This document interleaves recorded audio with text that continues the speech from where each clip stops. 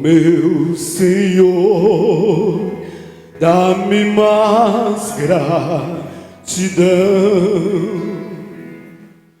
por tudo que tu fizeste por mim, por tua graça no meu coração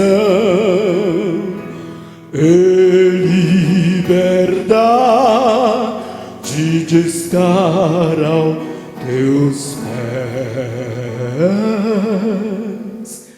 Mais grato a ti, mais grato a ti, mais consagrado, ó, faz-me, Senhor, mais humilhado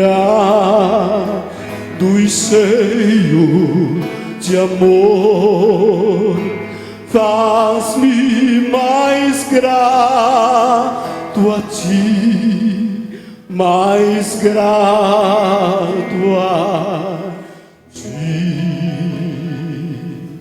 De graça deste ao meu coração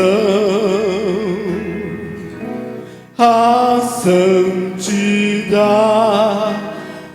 a paz e a fé, gozo celeste, consolação e liberdade de estar a teus pés. Mais grato a ti, mais grato a ti, mais consagrado,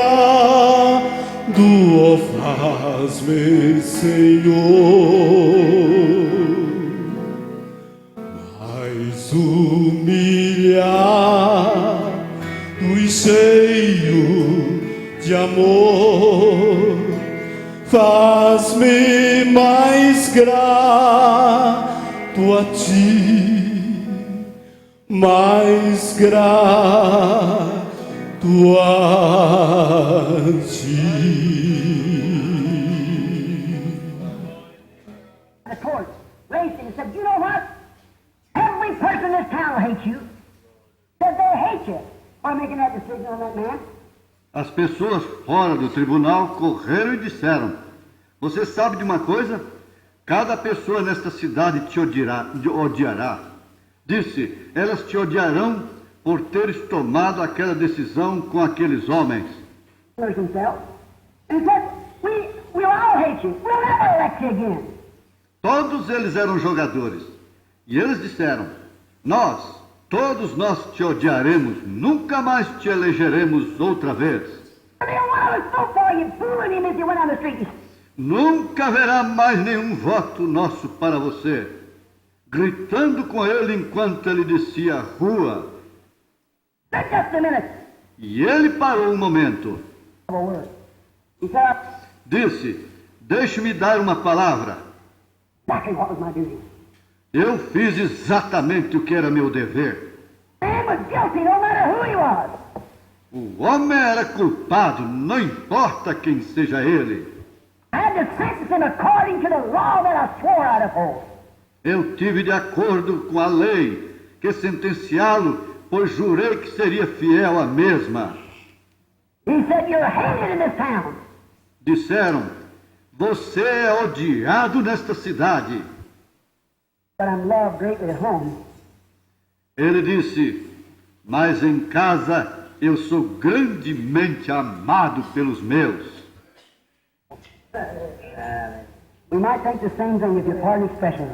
Nós podemos pensar nessa mesma maneira se vocês perdoarem a expressão.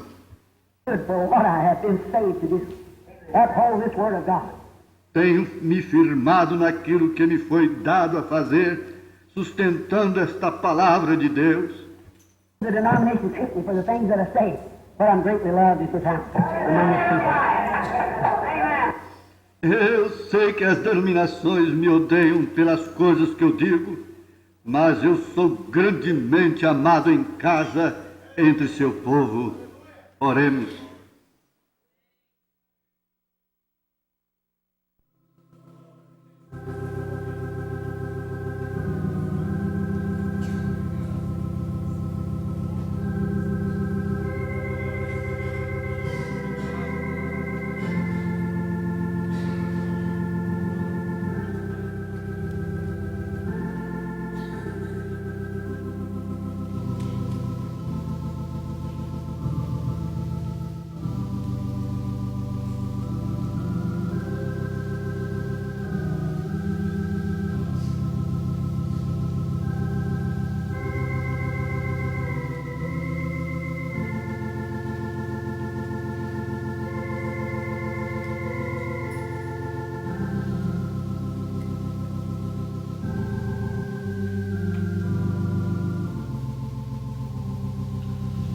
Senhor Jesus, Pai Celestial, damos-te graças, Senhor, por estarmos aqui reunidos nesta noite para te adorar, Jesus.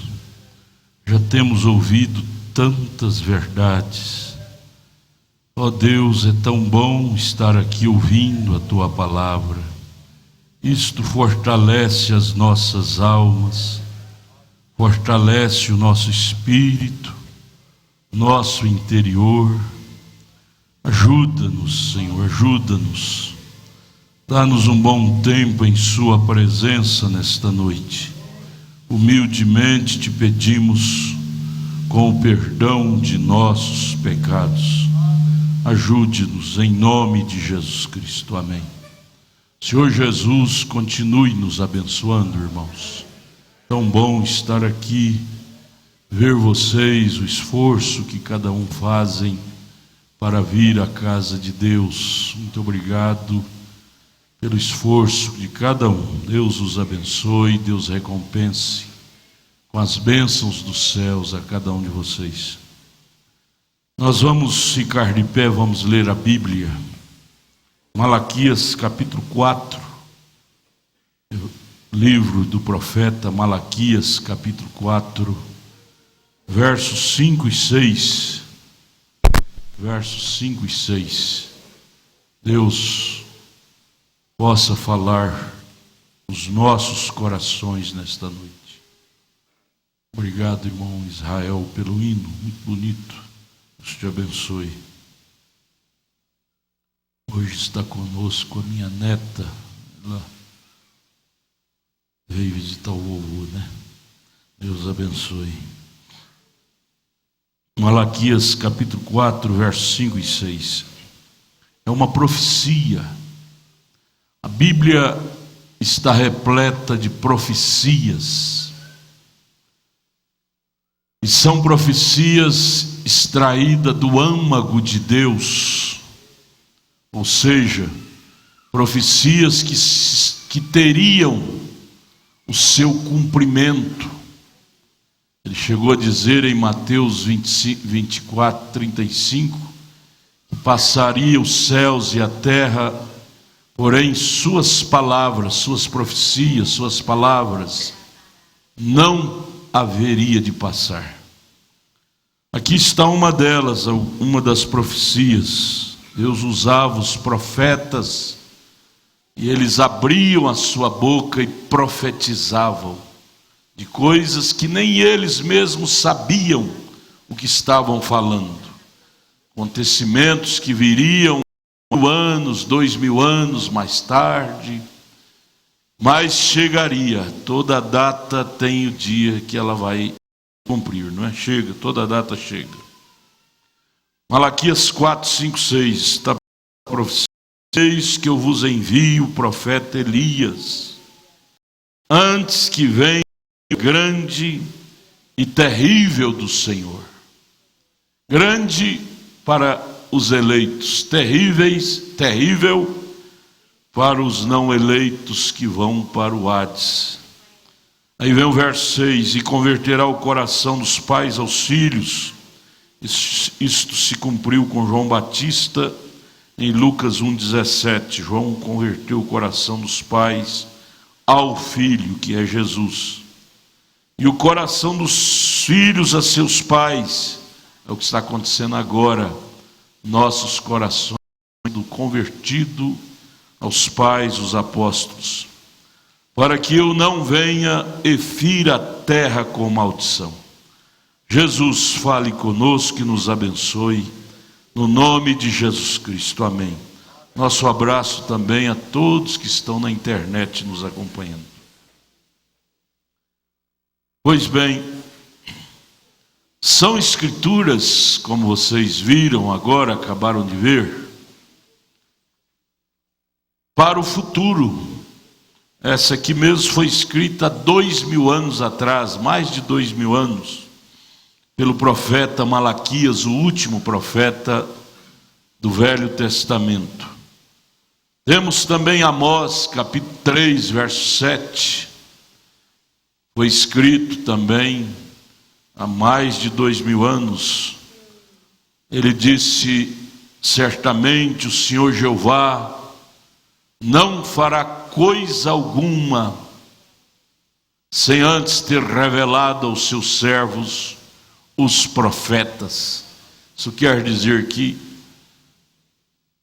o material que Deus usa aqui na terra para falar com seu povo são seus profetas. E os profetas falam ao povo. Em Mateus 17:11, o próprio Senhor Jesus Cristo, quando estava aqui na terra, disse em profecia: eis que Elias virá primeiro, virá. Ali ele não estava brincando com gramática, estava falando de algo que iria acontecer depois, porque muitos leem isto e dizem: isso trata-se de João Batista. João Batista já tinha vindo. Jesus estava falando no futuro, usando o verbo do futuro. Elias virá primeiro e restaurará todas as coisas. E em Apocalipse capítulo 10, verso 7, disse: mas nos dias, é uma profecia também, escrita há 2000 anos atrás, por João, o discípulo. Nos dias, haverá um tempo que surgirá sobre a terra o sétimo anjo, pisará sobre a terra, e quando ele estiver pregando sua mensagem, todos os segredos de Deus serão revelados. Olha que profecias lindas, escritas endereçando ao futuro, e esse futuro teria que chegar, pois a palavra de Deus nunca escreveu coisa, mandou seus profetas falar coisas vagas. Palavra do Senhor não são palavras vagas. Tudo que ele escreveu, mandou seus profetas falarem, eram coisas que aconteceriam, teria um dia que aquilo chegaria à tona e estaria no cenário, diante dos olhos de todos. Então essa escritura, referindo-se a um profeta para antes do grande e terrível dia do Senhor, porque você sabe, se para a primeira vinda de Cristo, que foi de Menas monta, Deus precisou de enviar um profeta, João Batista, e para a segunda vinda de Cristo, que é de muito maior monta, que se trata do resumo de todas as coisas na terra, não precisaria de um profeta? A Bíblia promete em vários lugares, onde eu já citei, e outras escrituras, que ele enviaria um profeta antes da segunda vinda de Cristo. E este profeta se identificaria com a Bíblia.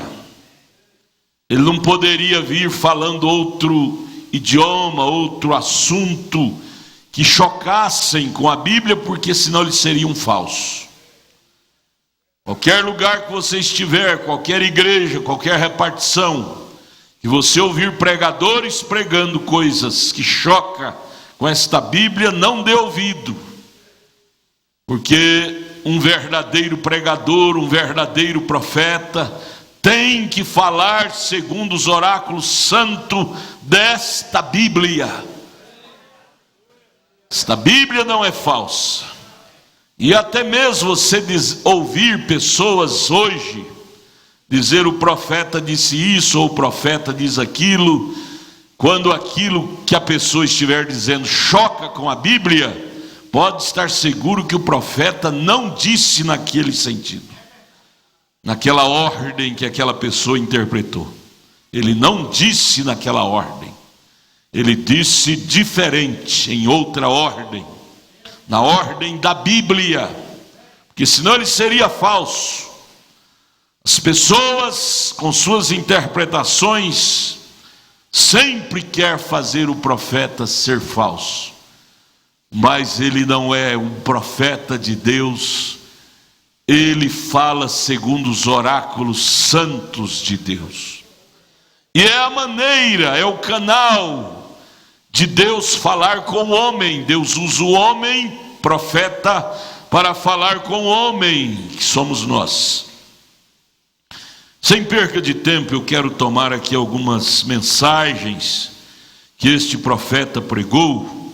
Nós vamos daqui a pouco falar da perguntas e respostas sobre os selos. Mas vamos pegar aqui em primeiro lugar a era de Éfeso.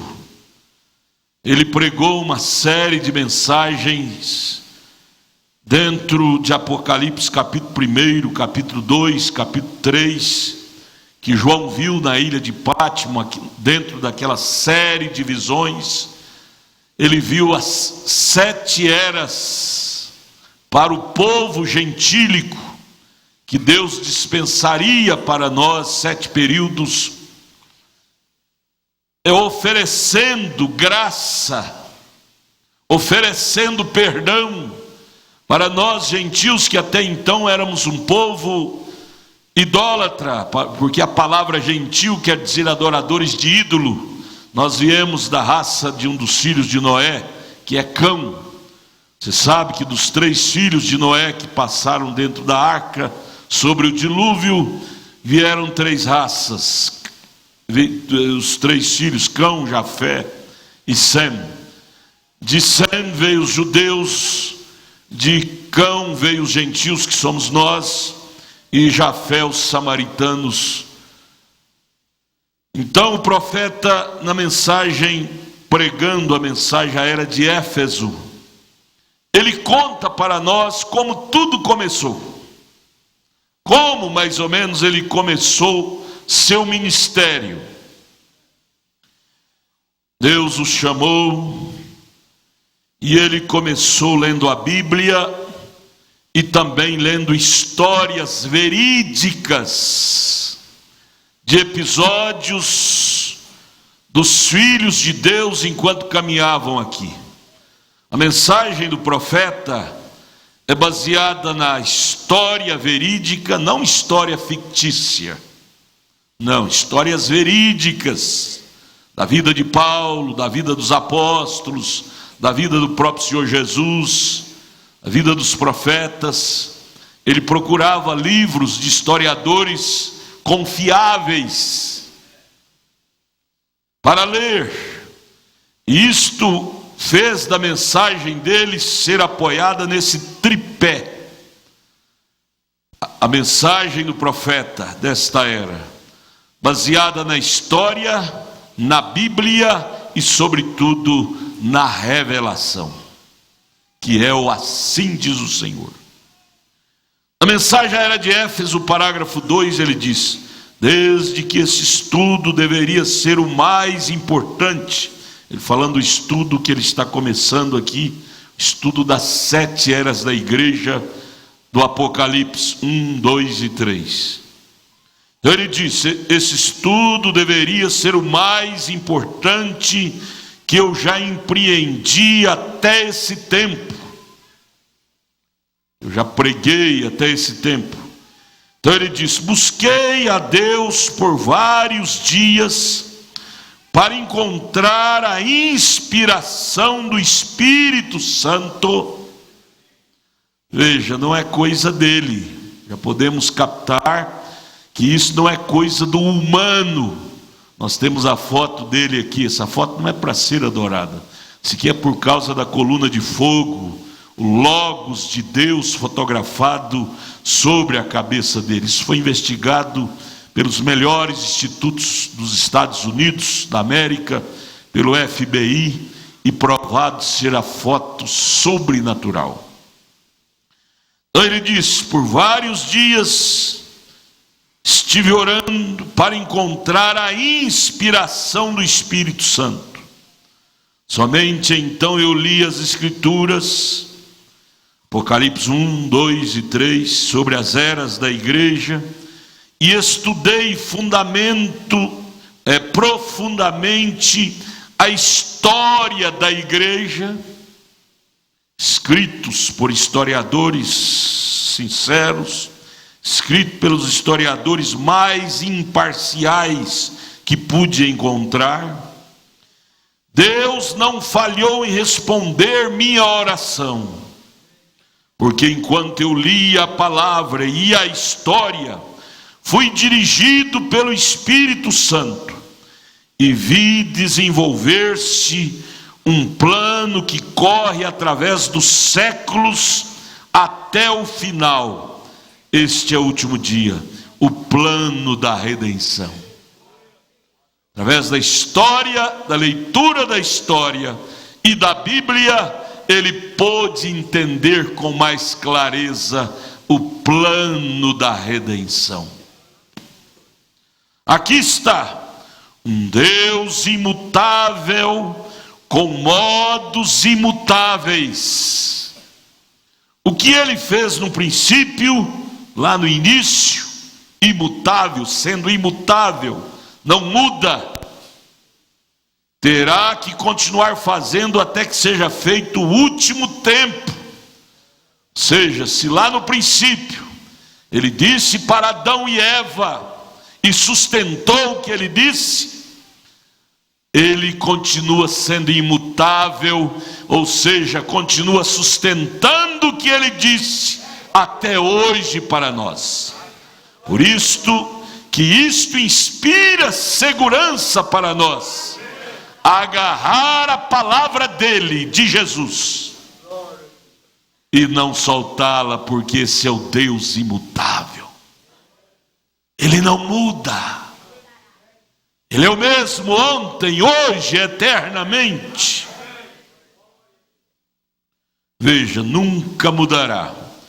Aplique isto às eras da igreja, o tipo de homem que Deus escolheu para a primeira era, e como foi que Deus se manifestou no ministério daquele homem, seria o exemplo para as demais eras. Qual foi o mensageiro da primeira era? Paulo. E como Deus o usou como modelo para as demais eras, tanto na doutrina quanto na postura. Na postura. Veja qual foi a postura de Paulo. Deixou até de coisas lícitas. Uma delas era o casamento. Podia ser como os demais, tendo a sua esposa, mas ele preferiu abnegar isso por amor à palavra, para se dedicar mais à palavra. Coríntios 7. E isto fez dele, ao dedicar-se à palavra, fez dele o exemplo na doutrina, ao ponto de ele escrever na carta aos Filipenses, ou seja, aos Gálatas, capítulo 1, verso 8. Ele diz: se eu mesmo vier com outra ideia, com outra doutrina, ou um anjo do céu descer e pregar para vocês outra coisa, não aceite, é anátema, é falso. Então vale dizer, a doutrina de Paulo foi a base. Todas as demais eras, os demais mensageiros que viriam para apoiar naquilo que a base foi a doutrina do primeiro mensageiro da primeira era. Coisa linda, hein? Fica fácil para nós acertar o alvo. É só não fugir da doutrina base. Portanto, a Bíblia não é um livro complicado. Ser cristão não é uma vida complicada. Não, é fácil. Porque nós temos a cartilha, a base, o mapa rodoviário, que nos mostra o que devemos e o que não devemos fazer. Pega o livro base, a Bíblia, pega os escritos de Paulo. Ali está o nosso mapa. O que Paulo disse, faça, você pode fazer com liberdade. O que Paulo disse, não faça, não faça. Senão você não vai para o lugar que Deus quer que você vá, que é o céu. Veja o tipo de homem que Deus escolheu para a primeira era, e como foi que Deus se manifestou no ministério daquele homem, falando de Paulo, né? Seria o exemplo para as demais eras. Aleluia. É tão bonito, irmão, você tomar um homem de Deus como seu exemplo. Qual homem de Deus? Paulo. O irmão Brana mesmo, quando ele foi levado em visão, lá na sexta dimensão, e ele reuniu com os santos que tinham partido, estavam lá, com os santos desta era, a qual ele pregou, e eles partiram, estava lá. Aí ele viu aquela multidão, todos eles dizendo para o profeta, meu precioso irmão, abraçando ele de gratidão, por ele ter abnegado também, porque um profeta é um homem abnegado, de muitas coisas naturais. Um cristão, uma cristã também é uma pessoa abnegada de muitas coisas naturais, por causa do espiritual que é maior. E lá o profeta desta era se reuniu com aquela multidão que nos aguarda lá na sexta dimensão. E ele ouvindo aqueles irmãos, aquelas irmãs vindo abraçando, que lá não tem glândulas, as irmãs podem abraçar os irmãos, dizendo, meu precioso irmão Brana. Ele disse, isso é tudo, minha família? Lá na terra nós somos só em 10 Branas. O anjo que estava lhe guiando lá naquela visão disse, esses são teus convertidos. Ele disse, então você quer dizer que todos os meus convertidos entrarão aqui? Aleluia, glória a Deus. O anjo disse sim. Ele disse, os convertidos de Paulo entrarão, porque Paulo foi a base. Os convertidos de Paulo entrarão? O anjo disse sim, todos eles, sem faltar um sequer. Aí naquela hora o irmão Brana deu um suspiro e disse, graças a Deus, então eu estou seguro que os meus convertidos entrarão também, porque eu tenho ensinado lá na terra o mesmo evangelho que Paulo ensinou. Tenho pregado o mesmo evangelho, tenho tomado Paulo como base. Naquela hora, aquela grande multidão que estava ali ao seu redor bradou em uma só voz, dizendo, nisto estamos descansados. Ora, meus irmãos, deixa eu abrir um parênteses aqui. Se lá na sexta dimensão, aqueles que partiram crendo nesta mensagem pura que o sétimo anjo pregou, William Brana pregou, se lá eles estão descansados, eles não estão perplexos, agitados, com medo, estão seguros. E por que aqui nós, crendo na mesma mensagem que eles creram, crendo, agarrado no mesmo evangelho, na mesma doutrina, temos que estar perplexos, com medo, agitados. Não, nós devemos dizer: estamos descansados. Aleluia! Aleluia! Vamos dizer: estamos descansados. Fale! Porque a voz lá foi um brado, irmão Brando disse que ouviu um brado de vozes lá na sexta dimensão, que dizia em uma só voz: nisto estamos descansados. Vamos dizer: nisto estamos descansados. Com isso eu quero dizer para os nossos visitantes que o povo que se reúne aqui no Tabernáculo da Fé é um povo descansado, porque tem recebido uma mensagem de Deus que nos traz descanso, que nos traz descanso. Temos ouvido, não de um seminário de montagem humana, isto não é montagem humana. Ele disse: eu recebi isto pelo Espírito Santo. Olha, isso nos dá descanso, repouso. Você dorme em paz, seguro, e você fica preocupado, por um lado descansado da sua alma, por outro lado você fica preocupado com aqueles que estão de fora. Você fica orando: Senhor, traga fulano, traga fulano, traga aqueles que estão ali. Veja, o que Deus fez na primeira era é o que Ele quer fazer em todas as demais eras: trazer ao povo ao fundamento que é Cristo.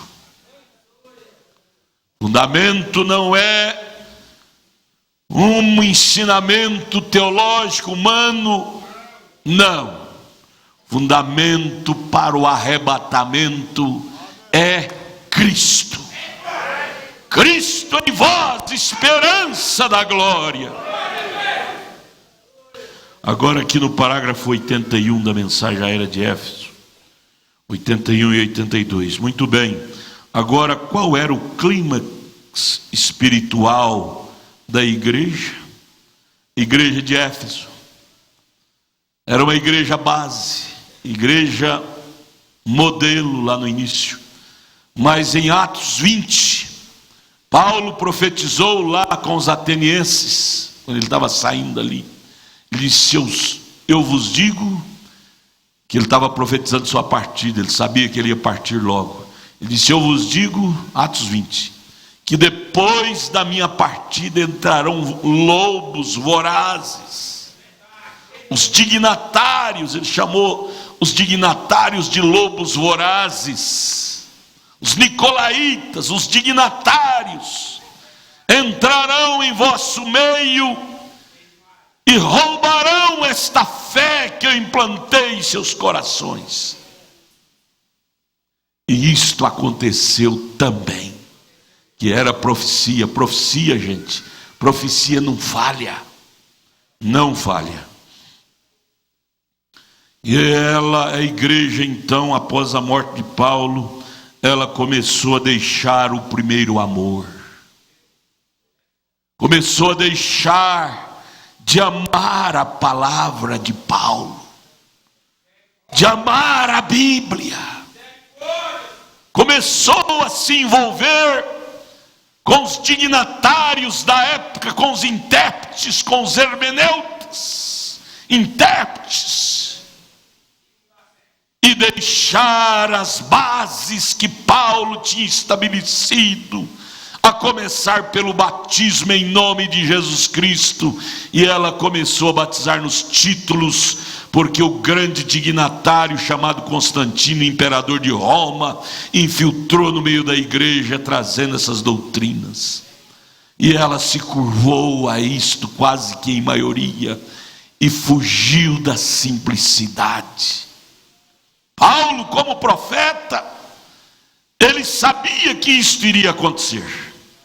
Por isso que lá em 2 Coríntios capítulo 11, verso 1, versículo 2, ele disse: oxalá suportar a minha loucura. Ele se portou como louco diante da igreja. Ele disse: porque eu sei que depois de minha partida, assim como Eva, em outras palavras, deixou ser conquistada pela serpente, ele dizendo isso para a sua igreja, a igreja de Coríntios: vocês deixarão ser conquistados, fugirão da simplicidade, porque as pessoas, o ser humano, gosta de espetáculo, barulho de mensagem, de espetáculo, de movimento. Paulo disse: eu temo que ao passar dos tempos vocês saiam da simplicidade. Simplicidade, onde está Deus? Você quer encontrar Deus? Veja quão simples você possa ser. Simples de espírito, não ricos de espírito. A Bíblia chega a dizer, Jesus disse lá em São Mateus 5, Jesus disse: bem-aventurados pobres de espírito, porque deles é o reino do céu. O que ele quer dizer com isso? Pobre de espírito? Espírito simples, espírito humilde, não espírito bisbilhoteiro, aguçado, cheio de petulância, mas espírito manso e simples. Ele disse: bem-aventurado a esses, desses é o reino dos céus.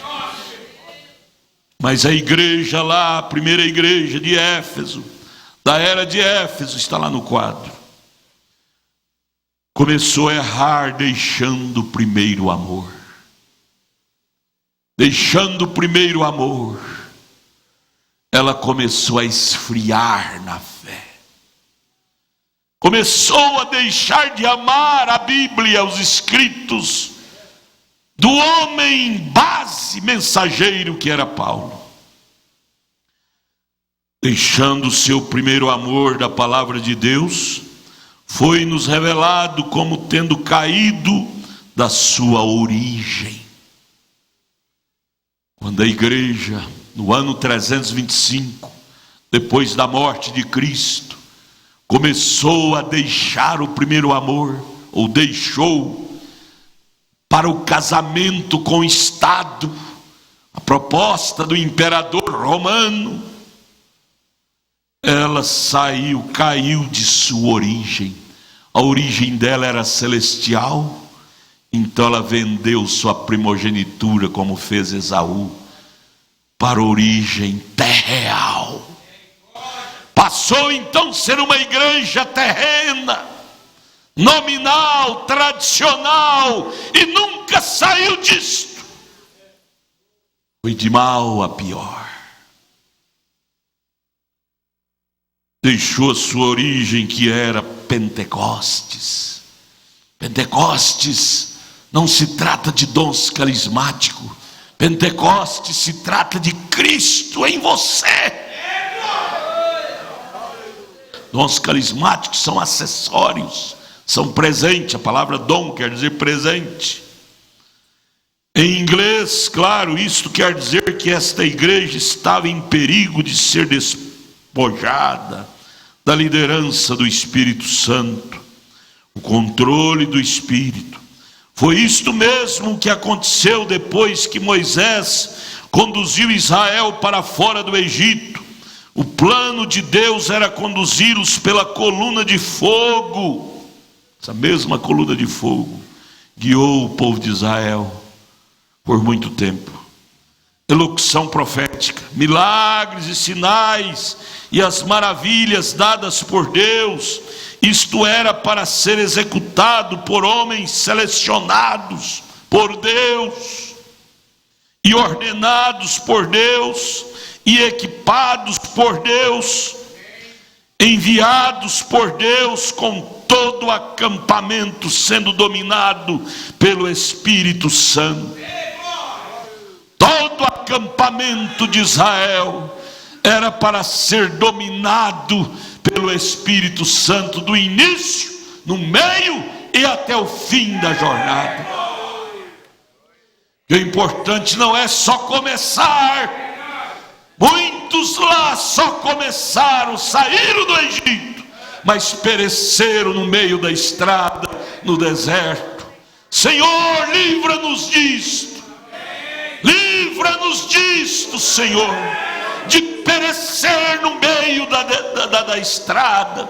Eu quero começar como comecei, mas quero caminhar e quero ir até o final. Este é o nosso desafio. Aquele que perseverar até o fim é que será salvo. Não é aquele que começar, não é aquele que vai até a metade do caminho, mas aquele que perseverar até o fim. Começar, Israel começou com a multidão mista de 2 milhões de pessoas, mas ao passar dos anos, foi 40 anos de jornada, foi diminuindo, ao ponto de daqueles 2 milhões que saíram do Egito, só chegou 2. Os demais foram que nasceram no caminho, mas dos que saíram só chegou Josué e Caleb. Ó Deus, eu quero ser um Josué deste, eu quero ser um Caleb deste, que começou, foi, cruzou o Mar Vermelho, cruzou o Jordão, e entrou na terra e conquistou seu inimigo e venceu.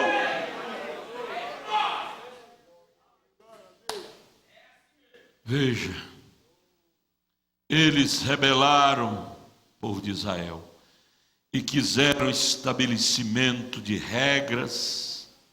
Veja como é que o Espírito Santo fica triste quando as pessoas tentam mudar a sua palavra. Ao invés de ficar com a palavra, começa a estabelecer regras, normas, interpretações, coisas do homem. Não, aqui vai funcionar, é assim, assim, assim.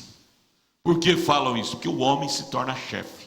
E isto que é denominação é domínio humano. O irmão Branham, ele disse, olha, esta mensagem que eu prego faz 30 e tantos anos, quando ele estava aqui na terra, ele disse, nunca se tornou uma denominação. Sabe por quê? Porque ele nunca deixou o humano dominar. Ele seguia, era a coluna de fogo, era o assim diz o Senhor. Ele disse na mensagem, pergunta e resposta número 3, ele disse, ainda que essa palavra me fira, mas não é por isso que eu vou deixá-la de crer totalmente nela. Eu mesmo tenho meus embaraços, não é por isso que eu vou deixar e frouxar a doutrina. Essa é a qualidade dos eleitos. Aleluia, vamos dizer, já ajuda nós segurar nesta linha e manter seguro e não soltá-la.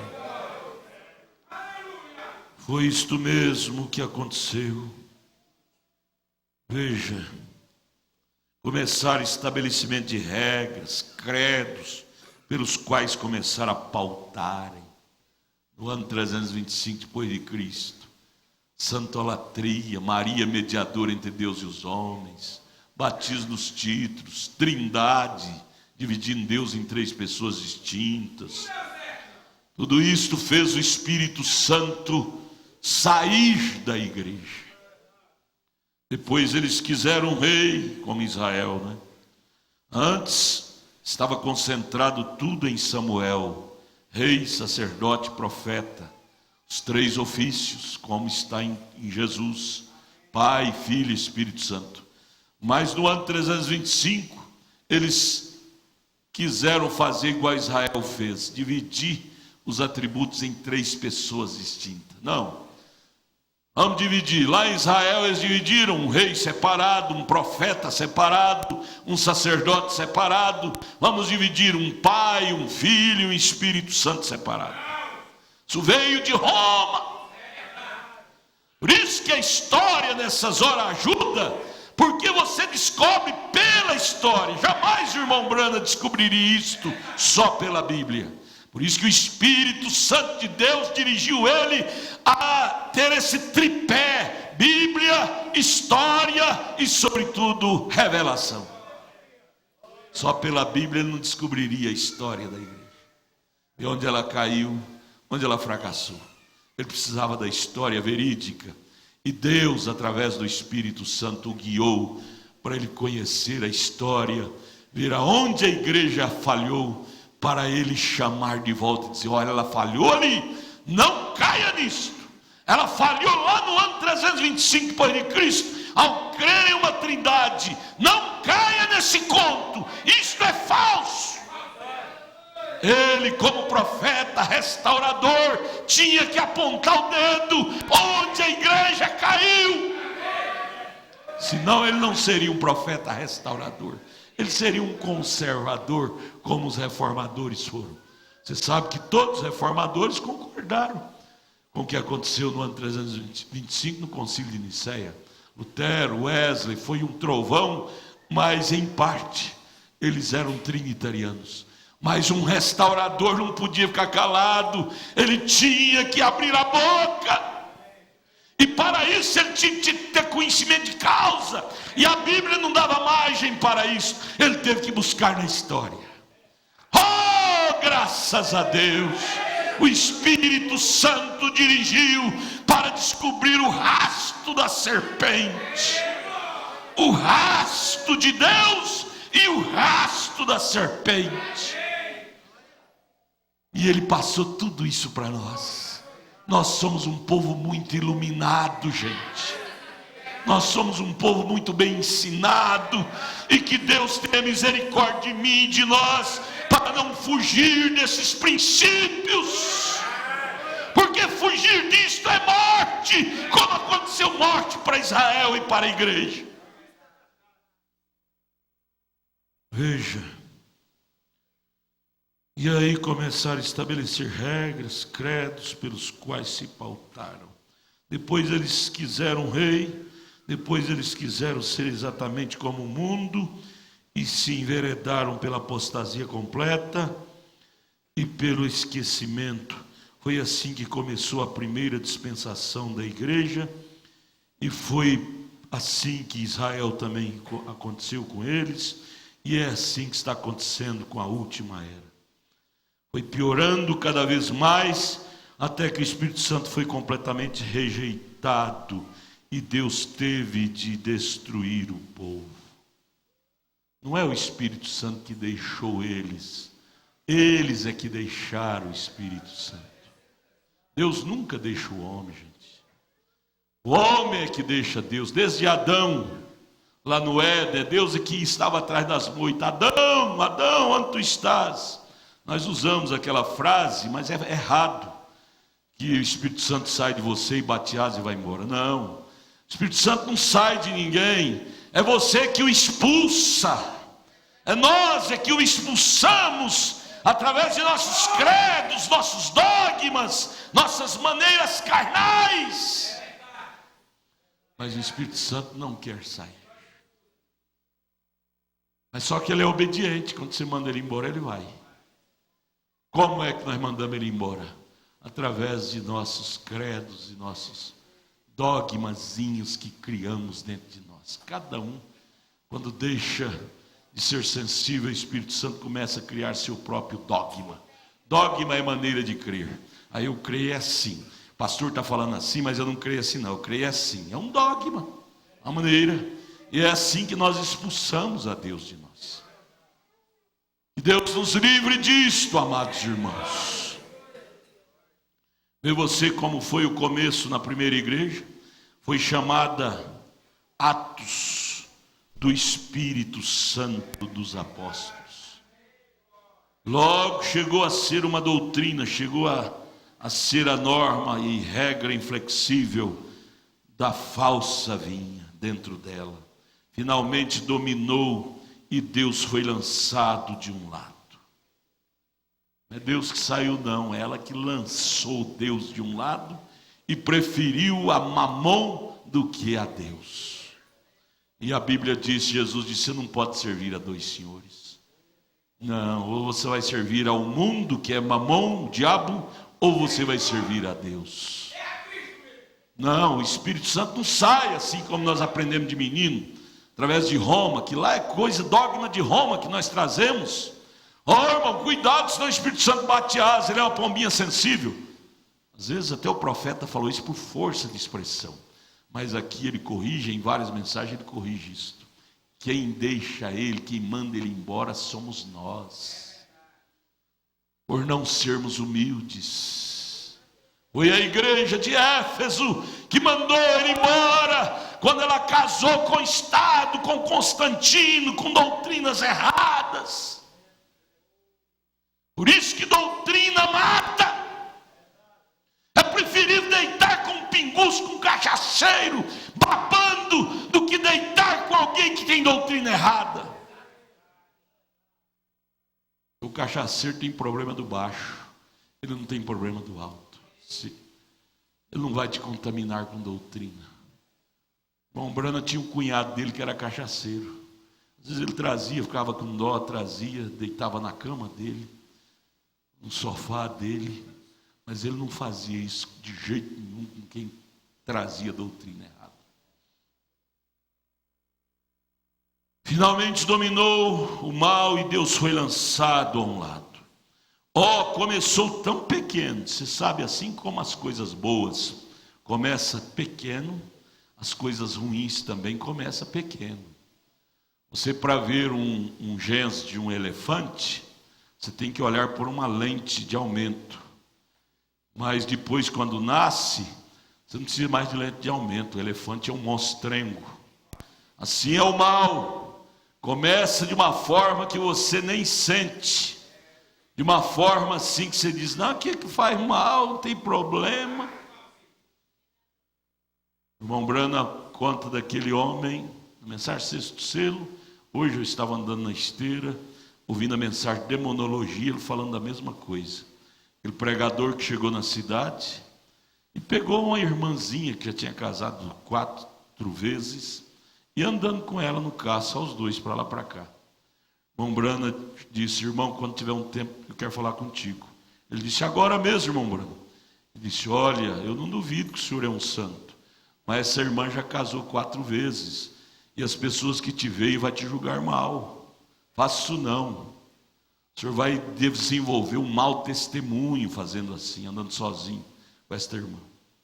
Ele disse, não, é porque eu tive uma visão. O Brana disse. E aí começou a contar, o irmão Brana logo notou que era um sonho. Tive uma visão que casei, minha esposa me traiu e me pediu perdão, e eu perdoei, então nós ficamos juntos. Então, se essa mulher casou 4 vezes, não tem problema não, eu perdoo e vou viver junto. Isso fere a Bíblia. Isso fere Romanos 7, verso 3. Enquanto seu marido vive, ela é adúltera se for de outro homem.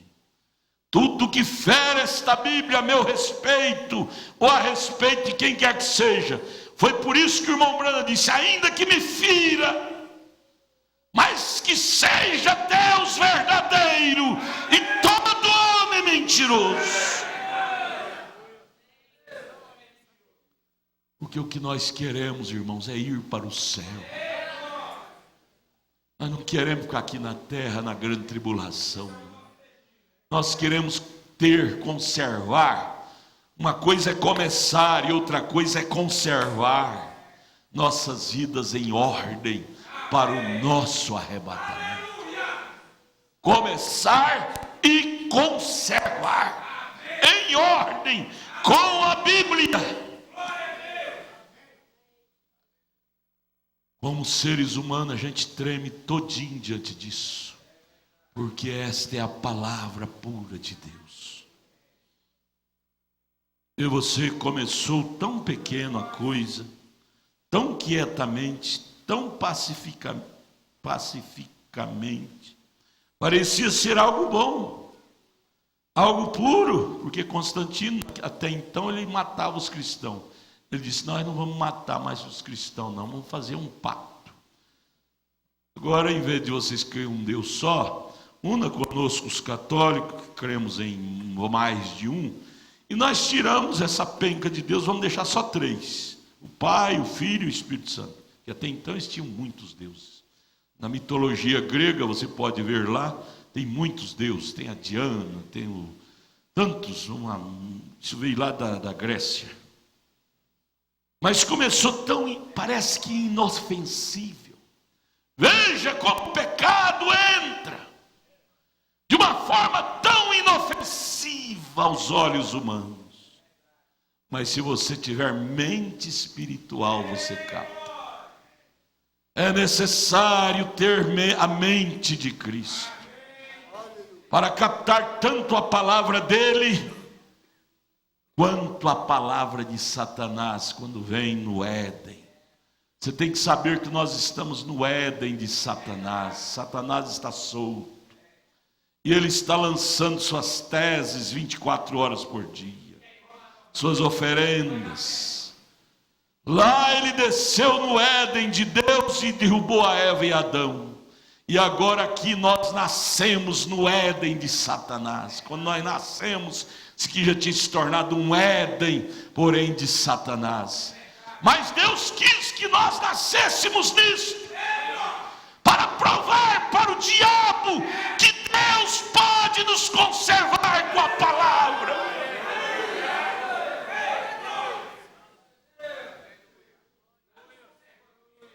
Deus é maior. Se nós priorizá-lo, Ele nos priorizará. A falsa vinha é sutil, é como um anjo de luz até que se apoderar de alguém. Agora eu quero dizer-lhes que creio em liderança, porém não na liderança do homem. Eu creio na liderança do Espírito Santo por meio da palavra de Deus. Também creio que Deus tem posto homens na igreja, homens que têm dons do Espírito real, os quais manterão a ordem na igreja. Creio nisto. Também creio que a igreja é governada por homens que Deus envia para tomar a responsabilidade. Creio nisto. Mas ela não será governada pelo homem, mas pelo Espírito de Deus que está no homem. Creio nisso. Deus trata com o homem através do homem. Mas este governo é através da palavra. O governo que Deus usa o homem para governar sua igreja é o governo da palavra dele próprio. Se chocar com a palavra, não é Deus. Assim, em realidade, não são homens governando diretamente, mas por meio do Espírito de Deus, porque a palavra e o Espírito são um. Aleluia! Oh, glória a Deus! Se já houve um povo, agora é a era de Tiatira, 96, 97. Se já houve um povo que necessitou de uma promessa abrangendo a terra onde não há noite, foi o povo das eras das trevas. E por isso é que o Espírito está prometendo a estrela da manhã para nós, porque Ele próprio é a estrela principal, o próprio Jesus que habita na luz da qual nenhum homem pode se aproximar. No reino futuro os alumiará pela sua própria presença. No reino futuro nós não precisaremos do quíntuplo de Efésios, pastores, evangelistas, doutores, mestres, profetas. Será Ele próprio, sua luz será Ele próprio. Ele não estará mais usando as estrelas, que são os mensageiros, para dar a luz nas trevas. Será Jesus Ele mesmo falando a eles face a face, quando Ele dividir seu reino com sua igreja. É a estrela da manhã que é visível quando a luz do sol começa a brilhar. Quando o nosso sol, Jesus, vier, não haverá mais necessidade de mensageiros. Ele nos trará a sua mensagem de ânimo, e como Ele governa seu reino e nós vivemos em sua presença, a luz da palavra se tornará mais e mais brilhante em nosso dia perfeito, naquele dia. Mas enquanto estamos aqui, não sabemos o dia nem a hora. O próprio Senhor Jesus disse: nem o Filho, nem os anjos sabem o dia e a hora do retorno, do seu retorno. E o irmão Branham disse na mensagem, o profeta do século 20, parágrafo 65, ele disse: de que adianta-me saber o dia e a hora do retorno de Jesus, sem eu estar na tua palavra? Será mais juízo para mim? Não, eu não estou correndo querendo saber o dia e a hora da vinda de Jesus. Eu estou correndo querendo estar preparado para o dia e para a hora. Este é o nosso afã, este é o nosso desejo. Datas, isso não resolve nosso problema. O que resolve nosso problema é ter o Espírito de Cristo em nós, nos vigiando. Senão nós vamos criar tonteria. Veja aqui na mensagem que estamos estudando, perguntas e respostas sobre os selos, página 469, parágrafo 349. Perguntas tolas de pessoas que mostram que não estava arraigado, não estava entendendo nada que o profeta estava pregando. E uma coisa é estar no culto, mas outra coisa é captar o que a palavra está falando. Às vezes muitos vêm no culto, mas com a mente lá no trabalho, na duplicata, no carro, e não pega nada, não adianta nada. E aí entra vazio e volta vazio. Pergunta que fizeram ao profeta: a dispensação da graça terminará depois que o irmão abrir todos os selos? Acaba a dispensação depois que o irmão abrir todos os selos? Que ele estava pregando aqui a penúltima mensagem dos selos. Pergunta e resposta. À noite ele ia pregar o 7º selo, que seria a última. O profeta disse: não,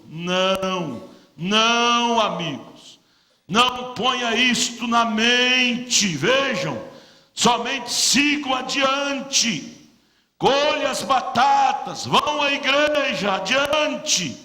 Se acontecer de amanhã, sejam encontrados fazendo, se acontecer dele vir amanhã, que você seja encontrado fazendo exatamente o que é para vocês estarem fazendo, servindo no posto do seu dever. Não crie tonterias, seja cheio do Espírito Santo. Oh, meus irmãos, o tempo não nos permite mais. Nós teríamos tanta coisa aqui ainda. O relógio já mandou parar. Pastor Edson, vem orar aqui. Vamos ficar de pé. Mas ame esta mensagem. Ame mais.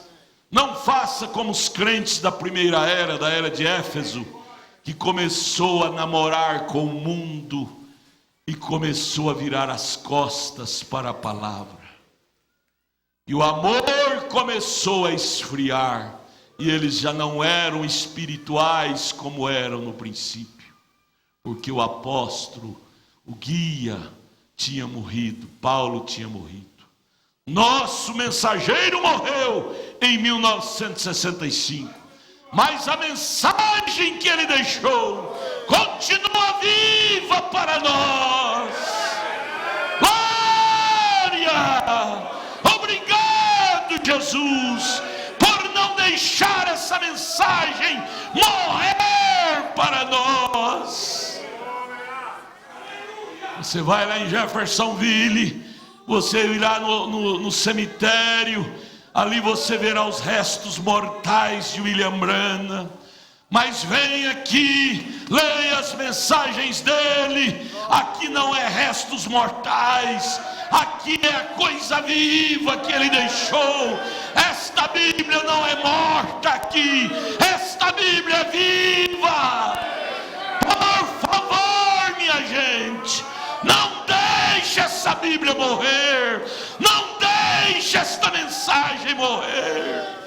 Conserva com vida em sua alma. Orem, orem, orem todos em nome de Jesus. Senhor Jesus Cristo, o Senhor colocou, ó Pai, em nossas mãos um tesouro incalculável, Pai. Somos o povo mais privilegiado da face da terra hoje, ó Deus. A tua palavra diz que há pessoas que se faz rico não tendo nada. Aleluia. E há quem se faça pobre tendo grande riqueza. Não nos deixe, ó Deus, não nos deixe ser cegado para esse grande tesouro que temos nas mãos e deixar isto empoeirado nas prateleiras como se não valesse nada. Deus, permita-nos lembrar, estar conscientes, ó Pai, que a fé para o rapto está nas mensagens. Que possamos comer o livrinho, ó Deus, Senhor, para que isto possa gerar em nós esta fé de arrebatamento. Dá-nos consciência, a responsabilidade, ó Deus, que essas trevas de Laodiceia não venha nos cegar, que não venha nos adormecer, ó Pai, mas que possamos a cada dia estar nos tornando esta noiva palavra, porque é a noiva palavra que tomará lugar no rapto. Sela isto em nossos corações, ó Deus, no nome do Senhor Jesus Cristo. Amém. Amanhã às 18 horas, 6 horas da tarde, estaremos lá em Taguatinga. Terá a Santa Ceia ali em Taguatinga amanhã. E domingo a Santa Ceia aqui às 18 horas. Escola dominical, domingo cedo. Não esqueça de trazer aquela mensagem que começamos, que vamos começar, né? Vocês levaram para casa domingo passado. Como é que chama? Deus guarda a sua palavra. Não traga a antiga, traga essa nova que nós distribuímos no domingo passado. Vamos continuar o estudo dela, se Deus permitir. Domingo, 8 horas da manhã. Venham todos, venham todos. Venham todos. Nosso abraço. Abrace um ao outro. Deus os abençoe. Volte para casa com a bênção da palavra. A bênção da palavra. Como é que desliga aqui, irmão? Não tem jeito, né? Depois vocês desligam. Aleluia, Deus os abençoe. Pense nisto, gente, pense nisto.